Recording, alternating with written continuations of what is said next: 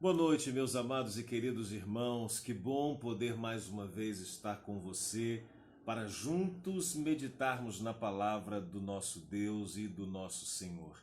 Eu quero pedir a Deus nesse instante que venha abençoar a sua vida de uma maneira poderosa. Eu quero pedir a Deus que Ele estenda a mão dele sobre você e aquilo que você precisa, que você necessita, que Ele venha ministrar sobre a sua vida. Eu te convido para orarmos antes de lermos um texto bíblico para nós trazermos ao seu coração aquilo que o Espírito Santo tem falado conosco. Vamos orar. Pai Santo e querido Deus de amor e de graça, nós te louvamos por poder estar mais uma vez diante de ti. Nós te glorificamos pelo privilégio de poder, ó Pai amado, nos assentar diante da tua palavra, para ouvirmos a voz do teu Espírito ministrando aos nossos corações. Pai Santo, fala conosco.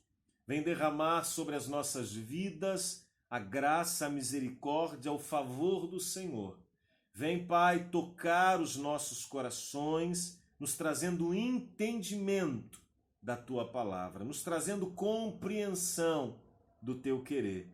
Pai Santo, que o teu Espírito venha abrir o nosso entendimento para compreendermos a verdade que de fato liberta. E enquanto, Pai, ouvimos a tua palavra, que o Senhor estenda a tua mão de poder e de autoridade sobre as nossas vidas, manifestando sobre nós o teu milagre, a tua graça, o teu favor, a tua bênção. Eu não sei o que o teu filho está precisando, eu não sei o que a tua filha está necessitando, eu não sei o que, meu Pai, o teu filho, a tua filha está enfrentando nesse momento, mas o Senhor sabe, Pai. Entra com a tua provisão, estende a tua destra de poder e opera, Pai, um grande milagre na vida deste homem, desta mulher, desta família, em nome de Jesus Cristo. Amém e amém, Jesus. Meus amados, a palavra do Senhor em Apocalipse capítulo 2, verso 4 e 5, ela fala que a igreja perdeu, deixou o primeiro amor. E no versículo um pouco adiante, no versículo 5, a palavra de Deus diz assim: lembra-te, pois, de onde caíste. Preste atenção, não é lembra-te de que caíste, ou lembra-te em que período você caiu, mas lembra-te de onde caíste, ou seja, você estava aqui e você caiu. A igreja estava num patamar, a igreja estava numa condição e de repente a igreja caiu desta condição, caiu deste patamar. Lembra-te de onde caíste e arrepende-te, senão brevemente virei a ti.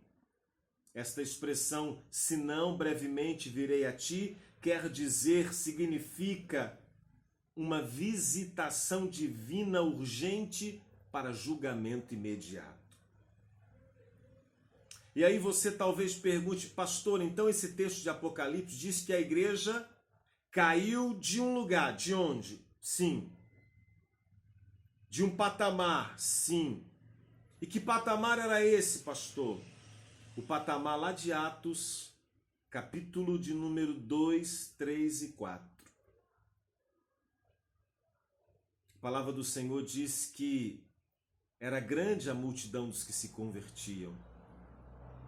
E todos perseveravam na doutrina dos apóstolos, na oração, na comunhão, no partir do pão, e todos tinham tudo em comum. É dessa estrutura que a igreja caiu. É deste patamar que a igreja caiu. É desta visão que a igreja caiu. E eu quero focar hoje nesta primeira frase do texto de Atos.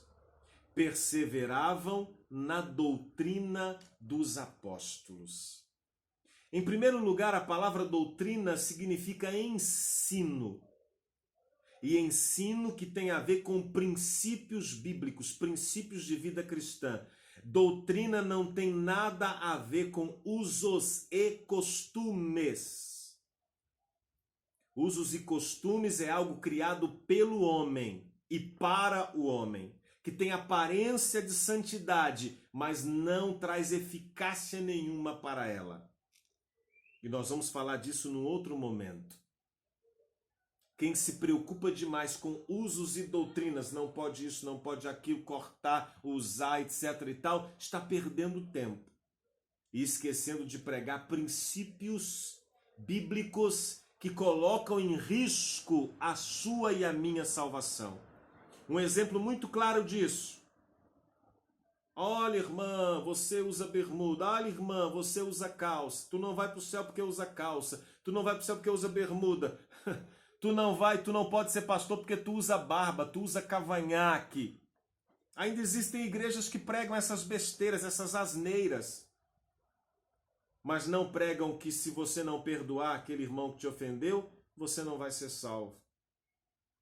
Não pregam que se por tua causa aquele irmão se desviou da igreja, caiu no mundo e for para o inferno, tu vai ter que pagar pelo sangue dele. Então essa questão de usos e costumes, nós vamos falar disso numa outra oportunidade. Mas eu quero falar hoje sobre perseverar na doutrina, porque a cada dia que passa, mais os pregadores estão pregando muitas coisas, menos a doutrina bíblica. E aí eu me lembro de Charles Spurgeon, já falei de Charles Spurgeon no outro vídeo, mas a gente vai aprendendo com esses homens do passado. Ele disse numa oportunidade, chegará um tempo em que será necessário uma lupa para achar um grão de doutrina nos sermões pregados. E nós estamos vivendo este tempo. E pior do que os pastores subirem no altar para pregar algo que não tem nada a ver com doutrina bíblica, é os membros que estão assentados lá embaixo não se preocuparem com o que está sendo pregado. Desde que seja curto e animado, está muito bom. É uma completa falta de respeito para com o pregador, para com a igreja, para com a palavra de Deus. Quem está lá embaixo não dá valor, não dá atenção ao que está sendo pregado. Quem está lá em cima pregando muitas vezes não dá valor ao chamado que ele recebeu, ao privilégio que lhe foi dado, mas que também é uma responsabilidade da qual ele vai prestar conta. Quando a palavra de Deus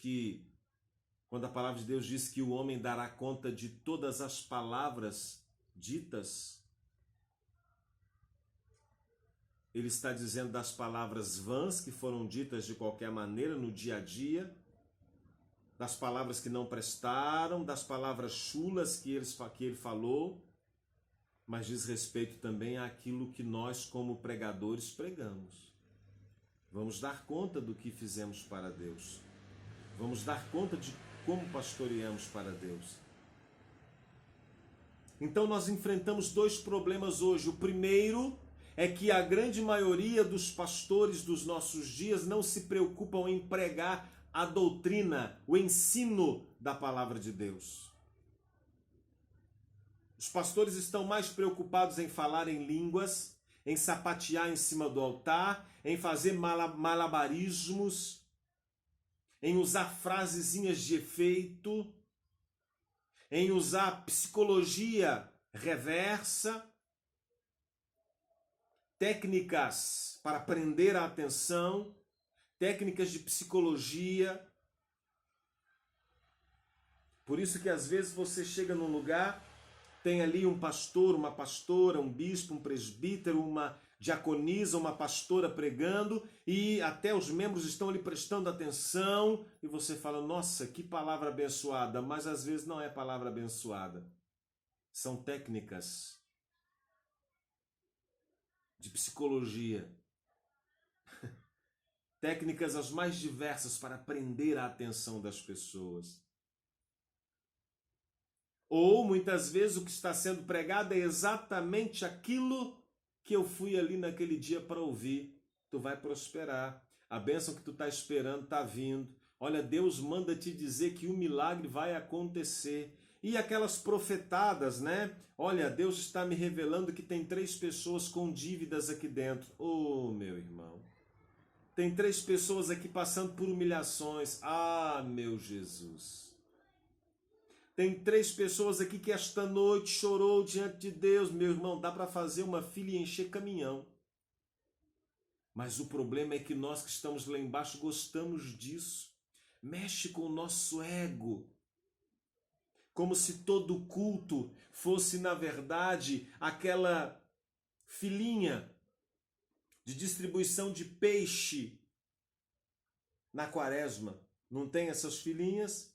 Quaresma, nós não comemos carne, apenas peixe. Aí o dono da peixaria vai fazer uma boa ação, vai distribuir peixe para a comunidade. Faz aquela fila, todo mundo na esperança de sair dali com o seu peixinho. Assim nós estamos indo para o culto, na esperança de sair do culto com o nosso peixinho.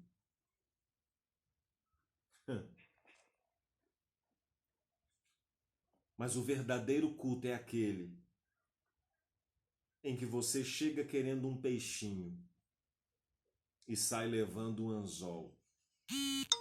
Você chega querendo um peixinho e sai dali com uma chinelada nos lombos, com uma chicotada nos lombos.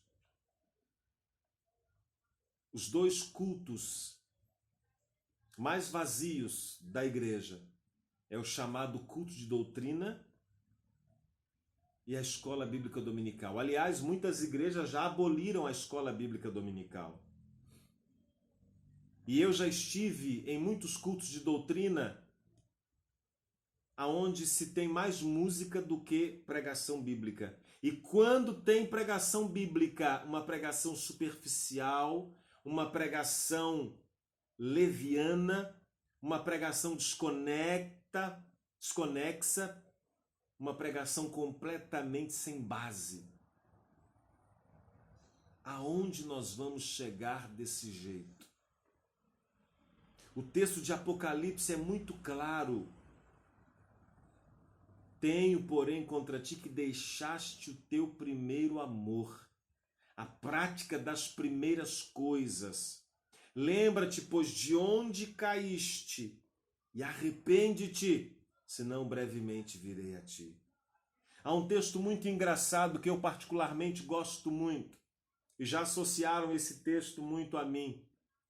Quando nós estivemos em São Paulo, durante um ano, buscando fazer ali a obra de Deus, me chamou a atenção que um irmão me disse: Pastor Adriano, é o seu sonho, né, Pastor Adriano? E eu disse: é o meu sonho. Quer saber qual é o meu sonho? Vem aqui no texto de Atos dos Apóstolos, capítulo 20. Diz assim: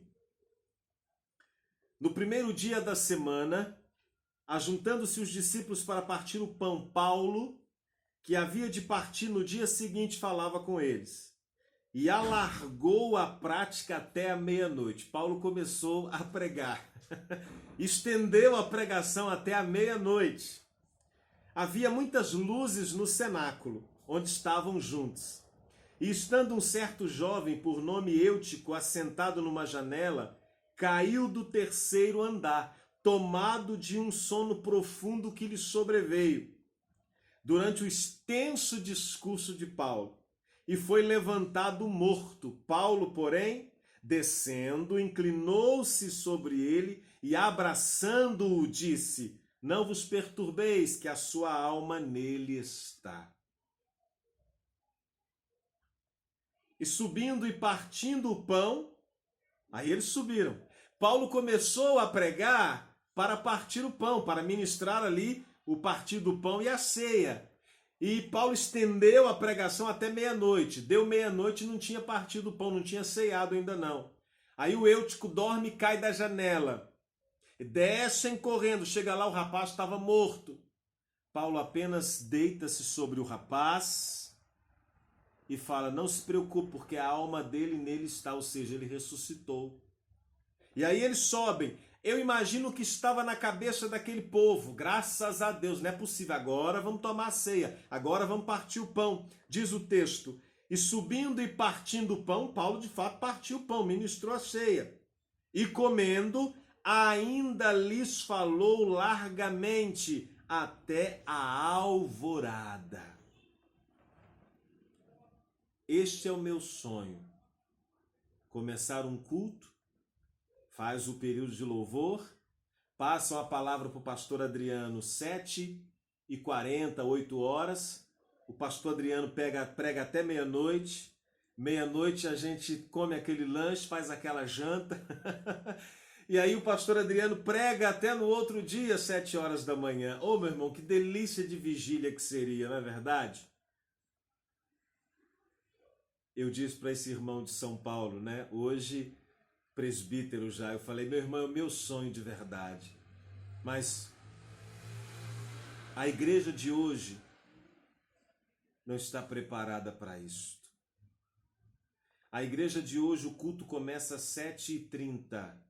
Se o pregador está pregando ainda 9h10, alguns já se levantam e vão embora.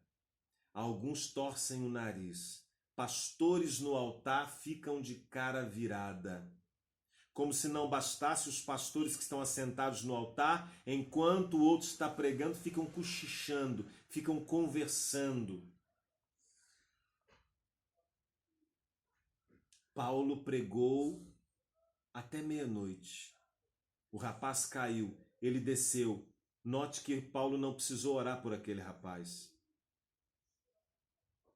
Paulo não impôs as mãos sobre aquele rapaz, Paulo não chorou em cima daquele rapaz, Paulo não precisou ficar ali 2, 3 horas orando por aquele rapaz. Paulo simplesmente se debruçou sobre aquele rapaz e o rapaz voltou a viver. Havia uma unção naquela igreja, havia uma autoridade naquela igreja, e essa autoridade, esta unção, vinha de um relacionamento pessoal com Deus, íntimo, profundo, e este relacionamento íntimo, pessoal, profundo, passava pelo conhecimento da palavra de Deus, pelo amor à palavra de Deus, pelo amor à doutrina bíblica. O meu sonho é um dia em que, de fato, nós cristãos vamos amar a pregação da palavra de Deus. O meu sonho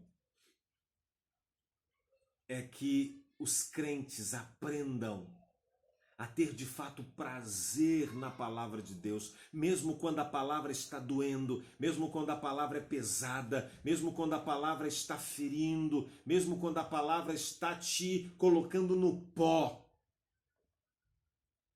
Porque Charles Spurgeon dizia: há um evangelho de açúcar sendo pregado, há um evangelho doce sendo pregado, mas busque o evangelho que rasga, que corta, que humilha, porque este é o evangelho que salva. Para muitas pessoas, o pastor Adriano, que sou eu, tem um sério problema. Fala muito. Me lembro de ser convidado para pregar num retiro espiritual, em um sítio, e nós estivemos preparando, oramos, buscamos direção de Deus sobre o que iríamos falar, e fomos então direcionados ali para aquele sítio. E o trabalho começou, o culto começou, e um louvor aqui, outro louvor ali, uma peça de teatro aqui, outra peça de teatro ali, e um mover assim, um mover assado. Então chegou o grande momento da palavra. E a pastora que estava dirigindo aquele evento, então foi me passar a palavra, falou: vamos orar pelo pastor Adriano, e oraram. E quando ela me entregou o microfone, ela falou no meu ouvido baixinho: o senhor tem 20 minutos. Eu confesso para os irmãos que naquele dia, eu e Deus, eu pensando com Deus, eu falei: Deus, me perdoe, Mas eu não vou pregar só 20 minutos, eu vou entregar tudo que o Senhor me mandou entregar. O fato é que eu preguei 45 minutos. E aí as pessoas dizem, o pastor Adriano gosta de falar muito, o pastor Adriano é difícil ele parar de falar. O problema não é o pastor Adriano, não é o pastor Ciclano, não é o pastor Beltrano que gosta de falar muito. O problema é que a igreja não quer mais ouvir doutrina, palavra bíblica. A igreja não quer mais ouvir pregação. A igreja quer viver aquele evangelho sentimentalista do apaixonado por Jesus Cristo, com músicas que não tem nada de palavra bíblica, de doutrina bíblica dentro delas. Músicas que foram criadas, que foram construídas melodicamente, poeticamente, do homem para o homem e não para Deus. Como Paul Washer diz, vocês estão vivendo o seu evangelho, o evangelho de vocês, baseado em musiquinhas e não na palavra de Deus. Então a nossa oração, meu querido irmão e irmã, deve ser para que voltemos para aquele lugar de onde caímos. E esse lugar, ele tem como base a perseverança na doutrina dos apóstolos, na palavra de Deus, no ensino bíblico santo, sadio, verdadeiro, genuíno.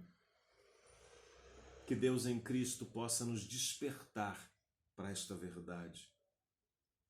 Não tem como ser cristão sem conhecer Bíblia. Não tem como agradar a Cristo sem conhecer Bíblia. Não há como alcançar a salvação sem conhecer Bíblia.